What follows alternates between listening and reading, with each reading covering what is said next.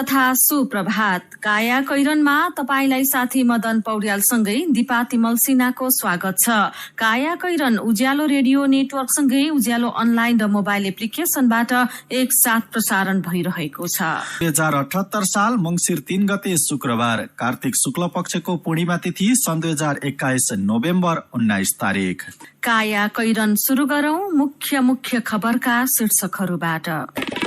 Covid विरुद्धको booster डोजका लागि प्रक्रिया थाल्न सरकारलाई विज्ञको सुझाव। बुस्टर डोजले संक्रमण नियन्त्रण गर्नुका साथै भाइरसले स्वरूप परिवर्तन गर्ने जोखिम कम हुने भनाई। विलासिताका वस्तुको आयात निरुत्साहित गर्दै सरकार। विदेशबाट आउँदा 50 ग्राम भन्दा धेरै सुन ल्याउने माथि कडाई हुँदै। केराउ, मरिच र छोकडा आयातको बन्देजलाई निरन्तरता। यस वर्ष भारतबाट 9 अर्ब रुपैयाँको विद्युत आयात घट्ने। माथिल्लो तामाकोशी, मर्स्याङ्दी जलविद्युत र मध्य भट्टेकोशीको बिजुली किन्ने भारतको संकेत। अमेरिकामा जथाभावी औषधि खाँदा एकै वर्षमा 1 लाख भन्दा धेरैको ज्यान गयो। अनलाइनबाट बिक्री हुने औषधिको प्रयोगमा सचेत रहन आग्रह। र नेपाली महिला टोलीद्वारा कतारसँगको टी20 श्रृंखला क्लिन स्वीप। शहीद स्मारक ए डिभिजन लिग फुटबलको उद्घाटन खेलमा आज 7 बाटो र फ्रेन्ड्स क्लब खेल्दै। कैरनमा अब खबरको सिलसिला। कोभिड-19 विरुद्धको खोप अभियानलाई तीव्रता दिँदै बुस्टर डोजका लागि पनि प्रक्रिया थाल्न विज्ञहरूले सरकारलाई सुझाव दिएका छन्। खोप अभियान थालेको लामो समय भइसकेकाले बुस्टर डोज खोप कार्यक्रम शुरू गर्ने समय आइसकेको उनीहरूको भनाइ छ। खोपको दोस्रो मात्रा लिएको 6 महिना पुगिसकेकाले अब बुस्टर डोज खोप कार्यक्रम समेत ल्याउनु पर्छ। नेशनल इम्युनाइजेसन एडभाइजरी कमिटिका सदस्य एवं एपिडियोमोलोजी तथा रोग नियन्त्रण महाशाखाका पूर्व निर्देशक डाक्टर जीडी ठाकुरले भन्नुभएको छ। तत्काल प्राथमिकताका आधारमा दीर्घ रोगी र फ्रन्टलाइनर लगायतलाई बुस्टर डोज दिन सकिन्छ। स्वास्थ्य तथा जनसंख्या मन्त्रालयका प्रवक्ता डाक्टर कृष्ण पौडेलले बुस्टर डोजका सम्बन्धमा कुनै निर्णय भइ नसकेको बताउनु भएको छ। यसबारे आधिकारिक सिफारिस भएको छैन। उहाँले भन्नुभएको छ, बुस्टर डोजको आवश्यकता प्रमाणित भएमा निर्णय लिइनेछ। बुस्टर डोजले संक्रमण नियन्त्रण गर्नुका साथै भाइरसको स्वरूप परिवर्तन गर्ने जोखिम समेत कम गर्ने विज्ञले बताएका छन्। प्रधान न्यायाधीश सोलेन्द्र शमशेर जवराको अनिच्छाका बीच सर्वोच्च अदालतका न्यायाधीशहरूले गोला प्रक्रियाबाट पेशी नियमित गर्ने निर्णय गरेका छन्। इजलास तोक्ने चरणबाटै घुसखोरी सुरुवात हुने भन्दै अदालत भित्र र बाहिर टीका टिप्पणी हुँदै आएको थियो। अब भने कुन न्यायाधीशले कुन मुद्दा हेर्ने भन्ने निर्णय प्रधान न्यायाधीशको तजबिजमा हुने छैन, गोला प्रथाका आधारमा हुनेछ। सर्वोच्चका 18 न्यायाधीशको यो कदम न्यायालय शुद्धिकरणको अभियानमा ऐतिहासिक मानिएको छ। सर्वोच्चका न्यायाधीशले हिजो फुलकोट अर्थात पूर्ण बैठक बसेर सर्वोच्च अदालत नियमावली संशोधन गर्दै पेशी सूची तोक्ने न्यायाधीश जबराको तजबिजी अधिकार कटौती गरेका हुन्। हिजो प्रधान न्यायाधीशको उपस्थिति बिना नै सर्वोच्चका न्यायाधीशहरूले गोला प्रक्रिया लागू गर्ने सुनिश्चितता गरेका छन्। बहिर्गमनको माग तीव्र बन्दै गएपछि गोला प्रक्रिया लागू गर्न उहाँ पनि सहमत हुनुभएको छ। संशोधित नियमावली कानून मन्त्रालय मार्फत राजपत्रमा छापिएपछि फेरि फुलकोट अर्थात पूर्ण बैठक बसेर गोला प्रक्रिया लागू गर्ने मिति तोकिनेछ। न्यायाधीशहरूका अनुसार त्यतिन्जेल उनीहरूले बन्दी प्रत्यक्षीकरणका मुद्दामा नियमित सुनवाई गर्नेछन् भने कानून व्यवसायको बहस आवश्यक नपर्ने किसिमका मिलापत्र, निवेदन फिर्ता र तामेली अर्थात पेन्डिङमा पठाउने जस्ता मुद्दाको पनि सुनवाई गर्नेछन्। दार्चुलाको सीमावर्ती भारतीय प्रशासनले केन्द्र सरकारको आदेश बिना आफ्नो भूमि हुँदै नेपालीलाई छाङ्रू र टिङ्कर जाने पास दिन नसकिने बताएको छ। जिल्ला प्रशासन कार्यालय दार्चुलाले भारतीय बाटो हुँदै छाङ्रू जानका लागि अनुमति माग्दै पिथौरागढमा रहेको भारतीय प्रशासनलाई कार्तिक 25, 30 र गएको 1 गते पत्र पठाएको थियो। भारतीय बाटो हुँदै छाङ्रू र टिङ्कर जान नपाएपछि कार्तिक 25बाट केन्द्रीय तथ्याङ्क विभागका कर्मचारी सदरमुकाम खलङ्गामा रोकिएका छन्। तर सरकारले जनगणनामा खटिएका कर्मचारीलाई नेपाली भूमिबाटै त्यसतर्फ पठाउने विकल्पका बारेमा छलफल समेत गरेको छैन। गणकलाई सैनिक वा निजी हेलिकप्टर चार्टर गरेर छाङ्रू पठाउन सकिने विकल्प सरकारसँग छ। यसैबीच चीनसँग सीमा जोडिएको दोलखाकै अति विकट बिगो गाउँपालिका 1 लप्ची उपत्यकामा सरकारी उपस्थिति छैन। बिगो 1 लामा बगरबाट लप्ची पुग्न 3 दिन लाग्छ। लप्चीका स्थानीय बासिन्दा लामा बगर नझरेकै 6 महिना बित्यो। बाढी पहिरोले गोरेटो छिन्न भिन्न भएपछि सम्पर्क विहीन बनेको लप्चीमा जनगणना गर्न पहिलो पटक गणक पुगेपछि स्थानीय बासिन्दा अचम्ममा परेका छन्। बाटोमा कतै बस्ने ठाउँ नहुँदा गणकहरू 2 रात जंगलमा बास बसेका थिए। जनगणना गर्न 2 रात जंगलको बास शीर्षक दिएर यो खबर कान्तिपुर दैनिकले छापेको छ। 10औं महाधिवेशन नजिकिँदै गर्दा एमालेमा केन्द्रीय पदाधिकारीका लागि 1 दर्जन महिला आकांक्षी देखिएका छन्। 15 सदस्यीय पदाधिकारीमा विधानले आरक्षणको व्यवस्था नगरेकोले विवेक सम्बद्ध ढंगले महिलालाई निर्वाचित गराउनु पर्ने माग पनि उठिरहेको छ। एमाले विधानमा निर्वाचित 15 पदाधिकारीलाई समेटेर केन्द्रीय सचिवालय निर्माण गरिने उल्लेख छ। महत्वपूर्ण राजनीतिक र संगठनात्मक विषयमा निर्णय लिने शक्तिशाली निकायका रूपमा सचिवालयलाई लिएको छ। एमाले यस्तो संगठनात्मक संरचना पहिलो पटक व्यवस्था गर्न लागेको हो। यो संरचनामा महिलाको प्रतिनिधित्व सुनिश्चित नहुँदा पार्टीका महत्वपूर्ण निर्णयहरू समावेशीमूलक नहुन सक्ने महिला नेत्रीहरू बताउँछन्। यसैबीच 4 वर्ष अघिदेखि नै शेरबहादुर देउवाले कांग्रेस चलाउन नसकेको निष्कर्षका साथ नेतृत्व परिवर्तनको मुद्दा उठाउँदै आएको वरिष्ठ नेता रामचन्द्र पौडेल समूहलाई महाधिवेशनको मुखमा साझा उम्मेद्वार तयार गर्न सकस परेको छ। नेतृत्व दोहोर्याउन देउवा रणनीतिका साथ अघि बढिरहेका बेला पौडेल समूहभित्रका नेताहरू भने आफ्ना लागि दौडधुपमा लागि परेका छन्।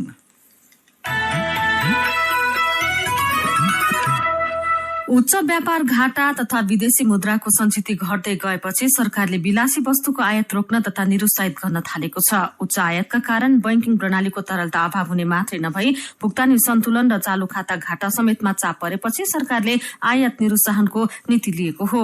खास गरी विलासिताका रूपमा हेरिएका वस्तुहरू जस्तै सुन, चाँदी, महँगा गाडी लगायतका आयातलाई निरुत्साहित गर्न थालिएको छ। वित्तीय प्रणालीमा तरलताको अभाव हुने मात्रै होइन, विदेशी विनिमय सञ्चितमा चाप परेपछि आयातमा कडाई गर्न थालिएको हो। विदेशबाट आउँदा 50 ग्रामसम्म सुन ल्याउने माथि कडाई हुँदैछ। चाँदीको भन्सार बढ्यो। केराउ, मरी, छोकडा आयातको बन्देजलाई निरन्तरता दिएको खबर आजको नयाँ पत्रिका दैनिकले छापेको छ। कायाकैरनमा रिपोर्टसँगै खबरको सिलसिला बाँकी नै छ, सुन्दै गर्नुहोला। उज्यालो रेडियो नेटवर्कसँगै उज्यालो अनलाइन र मोबाइल एप्लिकेशनमा प्रसारण भइरहेको कायाकैरनमा तपाईंलाई फेरि स्वागत छ। यतिन्जेल हामीले कोविड विरूद्धको बुस्टर डोजका लागि प्रक्रिया थाल्न सरकारलाई विज्ञको सुझाव, सर्वोच्चमा गोला प्रथाद्वारा इजलास तोक्ने कार्यविधि पारित, प्रधान न्यायाधीशको अधिकार कटौती, एमालेको 1/3 पदाधिकारीका लागि महिलाको दावी, विलासिताका वस्तुको आयात निरुत्साहित गर्दै सरकार लगायतका खबर प्रस्तुत गर्यौं। कायाकैरनमा अब बाँकी प्रसंग। हिजो आज म्यान पावर र एजेन्टले रोजगारीका लागि घुम्ने भिसा अर्थात भिजिट भिसामा विदेश पठाइदिन थालेका छन्। काम गर्नका लागि भिजिट भिसामा जाँदा गन्तव्य देशमा पुगेपछि काम नपाएर अल्पत्र पर्नेहरू बढ़िरहेका छन्। लाखौं रुपैयाँ बुझाएर गएकाहरू अल्पत्र पर्दा काम लगाइदिन्छु भनेर आश र विश्वास दिलाएर पठाउने एजेन्ट भने सम्पर्कविहीन हुन्छन्। हातमा पैसा हुँदैन, पैसा बिना बस्ने ठाउँ समेत नपाउँदा कतिपय त सड़कमै दिनरात कटाउन बाध्य भएका छन्। सञ्जिता देवकोटाको रिपोर्ट। क्यानाडा पठाउने भनेर चाहिँ उनीहरू भन्यो कि त्यहाँ मेरो मान्छेहरू, मेरो छोराहरू छ, उनीहरूले काम गरिदिन्छ, हेरिदिन्छ, केही त्यस्तो केही हुँदैन भनेर चाहिँ हुन्छ। मिठो मिठो कुरा सुरुमा चाहिँ त्यस्तो भन्यो। काठमाडौँ कीर्तिपुरका प्रवीण डंगोल क्यानाडा जाने आशमा भिजिट भिसामा युए पुगेपछि 6 महिना अलपत्र पर्नुभयो। स्नातक पढ्दा पढ्दै प्रवीणलाई एसओएस म्यान पावरले क्यानाडामा कामको प्रलोभन देखायो। म्यान पावरसँग प्रवीणका बुवाको पुरानो चिनजान थियो। बुवाले नै चिनेको म्यान पावरमाथि प्रवीणले पनि आँखा चिम्लेर विश्वास गर्नुभयो। तर क्यानाडा हिँड्नु भएका उहाँ भिजिट भिसामा युए पुग्नुभयो। युएबाट न क्यानाडा जान पाउनुभयो न त युएमा काम पाउनुभयो। 6 महिना युएमा अलपत्र भएपछि घरबाट पठाएको पैसाले जहाजको टिकट काटेर नेपाल फर्कनुभयो। म त नेपाल फर्किने भनेर टिकटको पनि खर्च पठाएर सुरुमै अब यस्तो भएपछि मलाई थाहा थियो कि यिनीहरूले चलाउने मात्रै भनेर। युएमा अलपत्र परेका आफ्नो श्रीमानको उद्धारको गुहार माग्न 2 महिने बच्चा च्यापेर कैलालीबाट काठमाडौँ आउनु भएको छ भागीरथी बोहरा। बेकरीको काममा लगाइदिने भन्दै फरिबर म्यान पावरले भागीरथीका श्रीमान, भाइ र भिनाजुलाई एकजनाको 2,10,000 रुपैयाँ लिएर युए पठाए। तर भिजिट भिसामा युएई पठाउने एजेन्ट भागीरथीका श्रीमान युएईमा अलपत्र परेपछि भने सम्पर्कविहीन भए। भागीरथीका आफन्त युएईको सडकमा भोकभोकै परे। कुरा चाहिँ अब मिठो मिठो गर्ने भयो नि त। अब यस्तो आज यस्तो छ बाबु है, अब यस्तो काममा लगाउँछ, हामी यस्तो गर्छौँ, नानी अब हामीले यस्तो तिमीहरू ढुक्क बस यताउता भन्ने, राम्रै भन्ने। अनि त्यो राजीव छेत्रीले त बहिनी अब तिमी ढुक्क बस, तिमीलाई अर्कोचोटि म दीपावलीमा टिका लान आउँछु रे, म तिमीलाई किन उ गर्ला रे भन्ने पनि भयो। कैलालीकै चन्द्रबहादुर सिंहले पनि भिजिट भिसामै युएई जान एजेन्टलाई 2,10,000 रुपैयाँ बुझाउनु भयो। भिसा पनि लाग्यो, टिकट पनि काट्नु भयो। तर उड्ने बेलामा भिसाको म्यादमा गडबडी भएका कारण उहाँ विदेश उड्न पाउनु भएन। त्यही बेला उडेका साथीहरू युएई पुगेर अलपत्र परे। चन्द्रबहादुर अर्काको देशमा अलपत्र हुनबाट त बस्नुभयो, तर एजेन्टको आश्वासनमाथि विश्वास गर्दा पैसा र समय दुवैको बर्बाद भयो। किस्ता तिर्नु परेको छ, ब्याज तिर्नु परेको छ। त्यो म्याडमलाई चाहिँ मैले मेरो पैसा चाहिँ रिटर्न गरिदिनु, तपाईँले किन रोक्नु भएको छ भन्दा पनि हालिदिन्छु पैसा तपाईँको बाबु, चाहिँ आज भोलि भन्ने उस मात्रै गर्ने। हामीले फोन गर्यो भने फोन पनि रिसिभ नगर्ने। भिजिट भिसा भन्न साथ कुनै पनि देशमा घुम्न जानका लागि पाइने भिसा हो। तर कोरोना महामारीको समयमा विदेशबाट कामको माग औपचारिक माध्यमबाट कम आउँदा भिजिट भिसामा जानेहरू बढेका छन्। म्यान पावरले नै लाखौं रुपैयाँ असुलेर युवाहरूलाई भिजिट भिसामा युएई जस्ता देशमा पठाउने र अलपत्र पार्ने क्रम बढ्दो छ। सरकारले कानूनी रूपमा खारेज गरिसकेका एजेन्टहरूको भरमा वैदेशिक रोजगारीमा गएर अलपत्र पर्दा उद्धार र नेपाल फर्किएपछि न्याय पाउन पनि अप्ठ्यारो हुन्छ। म्यान पावरको जस्तो न उनीहरूको धरौटी हुन्छ, न त एजेन्टको बारेमा कुनै जानकारी नै। घुम्ने भिसामा विदेश जानु भनेको जाना जानी आफूलाई जोखिममा पार्नु बराबर हुन्छ। वैदेशिक रोजगारीमा जाँदा बुझेर र सही तरिकाले मात्र जान सुझाउनुहुन्छ पिपल फोरममा आबद्ध अधिवक्ता सुदीप देवकोटा। बुझेर आफूभन्दा जान्ने मान्छेलाई सोधेर इजाजत प्राप्त रिक्रुटिङ एजेन्सीसँग सम्पर्क गरेर श्रम स्वीकृति गराएर मात्रै विदेश जाउँ, कुनै ठूलो पारिश्रमिकको प्रलोभनमा नपरौं, वास्तविकतामा के हो त्यो बुझेर जाउँ। काया कैरनमा मेरो पनि भन्नु छ र कार्टुनसँगै खबरको सिलसिला बाँकी नै छ, सुन्दै गर्नुहोला। सीधा कुरा प्रष्ट विचार काठमाडौँमा 90 मेगाहर्ज उज्यालो रेडियो नेटवर्क मार्फत देशभरिका विभिन्न एफएम स्टेशन तथा उज्यालो अनलाइन र मोबाइल एप्लिकेशनमा प्रसारण भइरहेको काया कैरनमा तपाईंलाई फेरि स्वागत छ। अब बाँकी खबर। गएको आर्थिक वर्षको तुलनामा चालू आर्थिक वर्ष 2078-79 मा भारतबाट आयात हुने विद्युत घट्ने देखिएको छ। नेपाल विद्युत प्राधिकरणले विद्युत नियमन आयोगलाई उपलब्ध गराएको विवरण अनुसार गएको वर्षको तुलनामा यस वर्ष भारतबाट 1,25,39,76,000 किलोवाट घण्टा कम विद्युत आयात हुनेछ, जुन गएको वर्षको तुलनामा झण्डै 9 अर्ब रुपैयाँ कम हो। अपर तामाकोशी र निजी क्षेत्रबाट प्रवर्धित आयोजनाबाट थपिने विद्युत समेत राष्ट्रिय प्रसारण लाइनमा जोडिने भएकाले गत वर्षको तुलनामा यस वर्ष आयातित विद्युतको परिणाम घट्नेछ। विद्युत नियमन आयोगले हिजो सार्वजनिक गरेको नेपाल विद्युत प्राधिकरणको विद्युत उपभोक्ता महसुल दर निर्धारण सम्बन्धी प्रतिवेदनमा भनिएको छ, योबाट विद्युत खरिद बापतको खर्च समेत घटेर जानेछ। यसैबीच नेपालले भारतको उत्तर प्रदेश राज्यसँग पनि विद्युत व्यापारको तयारी थालेको छ। इन्डियन इनर्जी एक्सचेन्ज बजारमा विद्युत बेच्न भारतले गएको कार्तिक तेस्रो हप्ता नेपाललाई सहमति दिएको थियो। त्यही अवधारणामा नेपालले अहिले बिहार राज्यलाई बिजुली बेचिरहेको छ।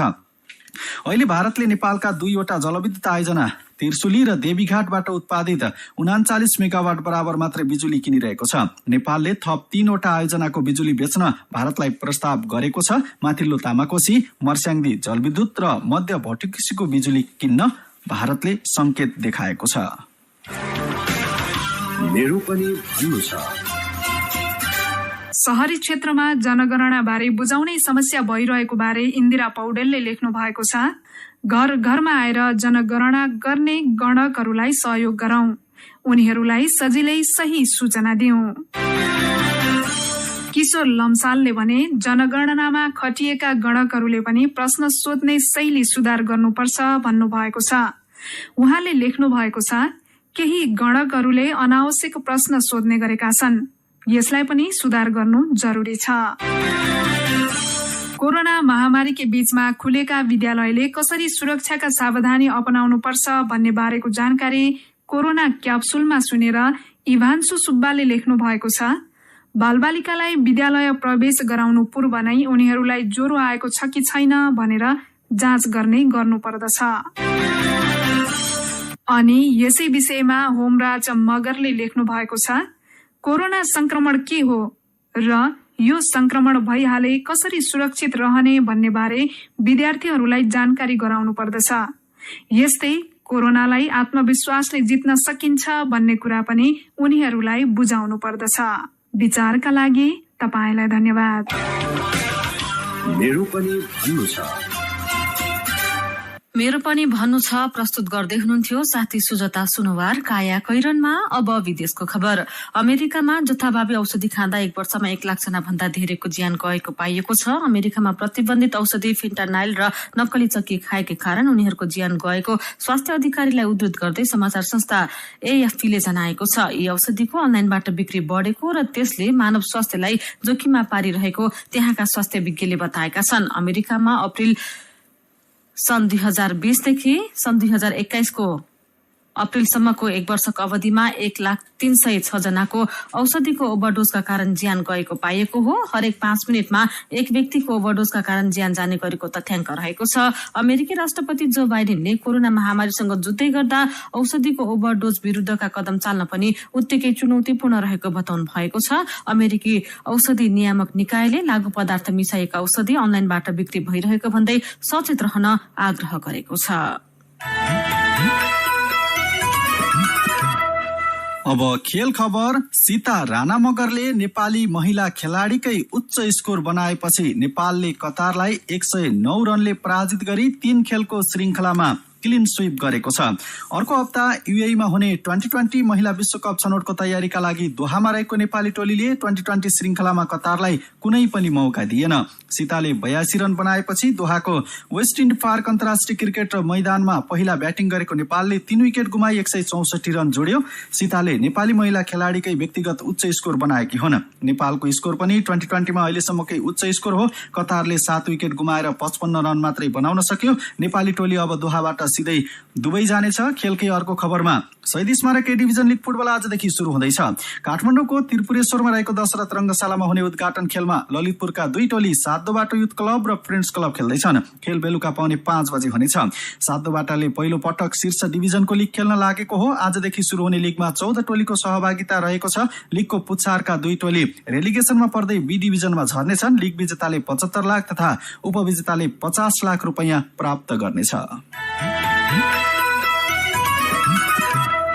अब के खबर संक्षेपमा। अमेरिकी सहायक विदेश मन्त्री डोनाल्ड लूले मिलेनियम च्यालेन्ज कर्पोरेसन MCC सम्झौता नेपालको संसदबाट चाँडै पारित हुने विश्वास व्यक्त गर्नुभएको छ। नेपाल भ्रमणमा रहेका लूले हिजो प्रधानमन्त्री शेरबहादुर देउवासँग शिष्टाचार भेटका क्रममा MCCले नेपालको विकासमा महत्वपूर्ण योगदान दिने उल्लेख गर्नुभएको छ। प्रधानमन्त्री देउवाले अन्य दलहरूसँग छलफल गरेर MCCसँग सम्बन्धित निर्णय लिने प्रतिक्रिया दिनुभएको छ। 2078-69 सालताका नेटवर्किङ व्यवसाय मार्फत लाखौं सर्वसाधारणबाट करोडौं रकम ठगेका विभिन्न कम्पनी सञ्चालकले फेरि नयाँ कम्पनी दर्ता कानूनी वैधताका लागि वाणिज्य आपूर्ति तथा उपभोक्ता हित संरक्षण विभागमा निवेदन दिएका छन्। विभागले पर्याप्त अध्ययन अनुसन्धान बिनै सर्वसाधारणलाई ठगी गर्ने त्यस्ता गिरोहलाई वस्तुको प्रत्यक्ष बिक्रीका नाममा नेटवर्किङ व्यवसाय गर्न अनुमति दियो। 2077 असार 16बाट पुनः इजाजत पाएका उनीहरूले सामाजिक सञ्जाल, जुम मिटिङ लगायत माध्यमबाट नेटवर्किङ धन्दा चलाइरहेका छन्। यो खबर कान्तिपुर दैनिकले छापेको छ। गर्भ अवस्था सुत्केरी भनेको एकदमै संवेदनशील र जटिल अवस्था हो, तर अस्पताल पुगेका बहिरा गर्भवती सुत्केरी स्वास्थ्य कर्मीको प्राथमिकतामा पर्दैनन्। राष्ट्रिय बहिरा महासंघ नेपालकी वरिष्ठ उपाध्यक्ष सत्यदेवी वागले भन्नुहुन्छ, सुत्केरी हुने बेला शुरू भइसकेको हुन्छ, पेट दुख्न थाल्छ, एकछिन पक्नुस् भन्दा भन्दै ज्यान जाने जोखिम भइसक्छ। दोभाषीको अभावमा सुस्त श्रवण गर्भवती जोखिममा परेका खबर कान्तिपुर दैनिकले छापेको छ। शल्यक्रियाको अनुमति नै नपाएका चिकित्सकले कलेजो प्रत्यारोपण गर्दा भरतपुर चितवन मेडिकल कलेजमा एक बिरामीको ज्यान गएको छ। अनुमति नै नपाएका डाक्टरले कलेजो प्रत्यारोपण गर्दा बिरामीको ज्यान गएको र चरम लापरवाही भएको खबर आजको नयाँ पत्रिका दैनिकले छापेको छ। र रोल्पाको माडी गाउँपालिकाको घरती गाउँमा हिजो भएको बस दुर्घटनामा 4 जनाको ज्यान गएको छ। 17 जना घाइते भएका छन्। प्रहरीका अनुसार दाङको घोराईबाट छुटेको ना 3 ख 5518 नम्बरको बस हिजो बेलुका 5 बजेर 40 मिनट जाँदा रोल्पाको तार्के बाङमा रहेको शहीद मार्गबाट खसेको हो। काया कैरनमा अब पालो उखानको। जतन गर्न जान्यो जसले रत्न पायो उसले। उज्यालो रेडियो नेटवर्कबाट प्रसारण भइरहेको काया कैरन सक्नु अघि मुख्य खबर फेरि एकपटक।